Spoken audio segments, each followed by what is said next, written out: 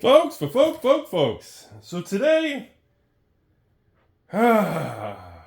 everyone's just talking about the One Ring thing, and every store and every famous person and everybody's got this huge contest going on who has the biggest washer and dryer. Literally every single person out there is, I have a standing offer for $100,000 for the One Ring. The Monopoly man comes out, I have a standing offer for $250,000. I'm 300. So we have this giant measuring contest on the size of our washing machines right now. And everybody wants to be a part of it to hit the news headline that the famous person over here playing badminton, the famous sports player over here playing checkers, and of course the famous person getting swiped on Tinder. Everybody's got to make the biggest offer to get the headline. It's a fun, exciting thing. And you have to give Papa Hasbro credit. Cynthia Philip Morris Williams, Dr. Cox, he walked in the cocktail party, and guess what? Everybody knows his name now. I mean, that was his objective. Everywhere you go, everybody knows about this Lord of the Ring thing. Everybody knows about the One Ring. And that was the marketing objective. I mean, I'm pretty sure that was the point of all this, right? I don't think...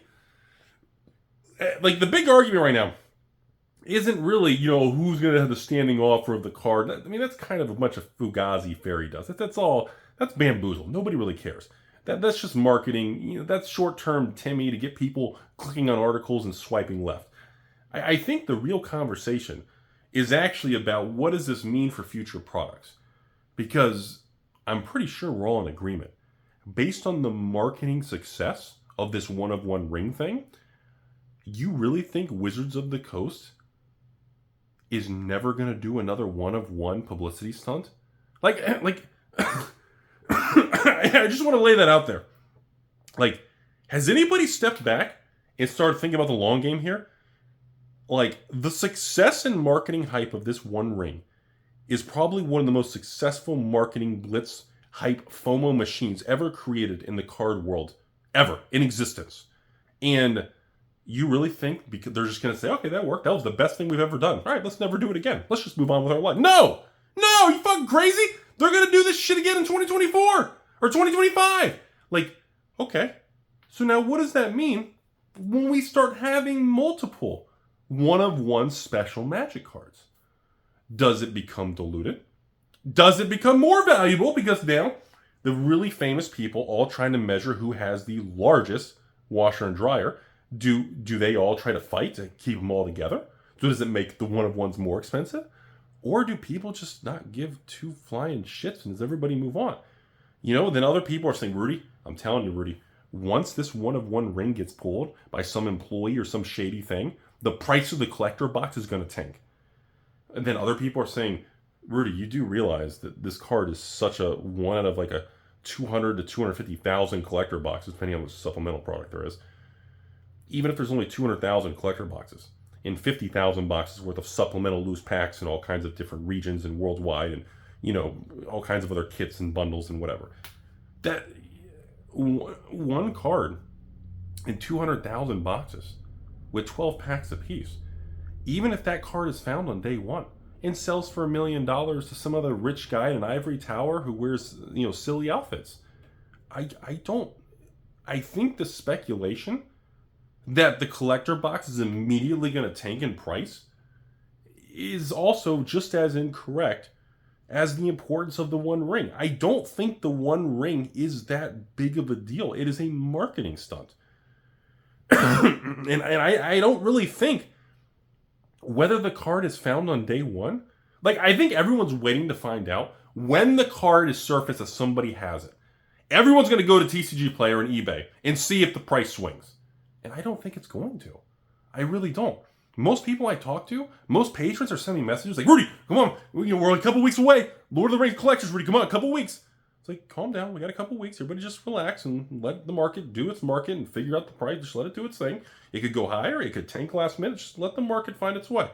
But most people who are asking me about this product and excited about it aren't saying I'm excited about it for the One Ring. Like, those aren't the messages. Most people actually excited about it are excited about either for the lore, the art, the land cycle, or all the other serialized series of cards out of 500 in different rings and different variants. And that's actually what most of the conversation and talking points are. This one particular card, there's so much hearsay and theories and tinfoil hats on this one ring. It's very difficult for me at this particular point in time to really comment what I think is going to happen, because there's so many possible outcomes. Unless there is something that's going to be staged and it's going to happen on a certain time or a certain day to make sure it happens not at release, right at release. You know, there's a lot of theories floating around right now. A lot of people feel it'll be an absolute disaster if somebody pulls it before release date and the market becomes distorted.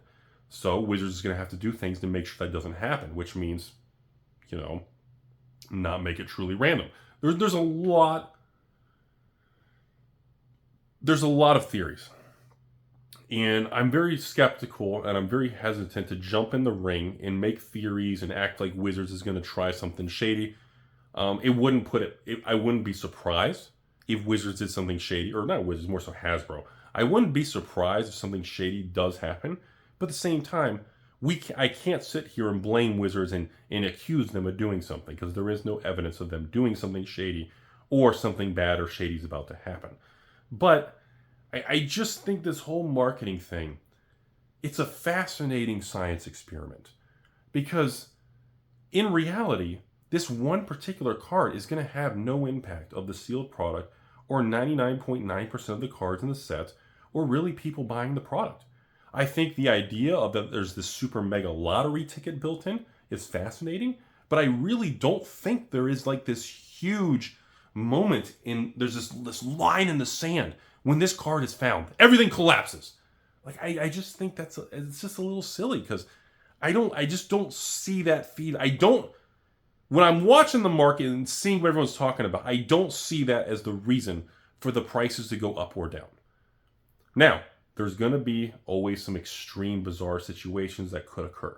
For example, let's say the product releases, Lord of the Rings Collectors comes out, 6 months goes by, no one finds the card. Okay, well now that's getting very interesting, because out of the 200,000 boxes, or 220,000, whatever the exact number is going to be, out of this range of 200,000 boxes, if 150,000 are already opened and gone, that means, and if it's never surfaced, either one of two things are happening. Either someone has it, it is not saying anything, like a store, an investor, a collector, or B, it really wasn't found, or C, something shady is going on. See, these are all things that, there's too many variables for me to speculate on it right now.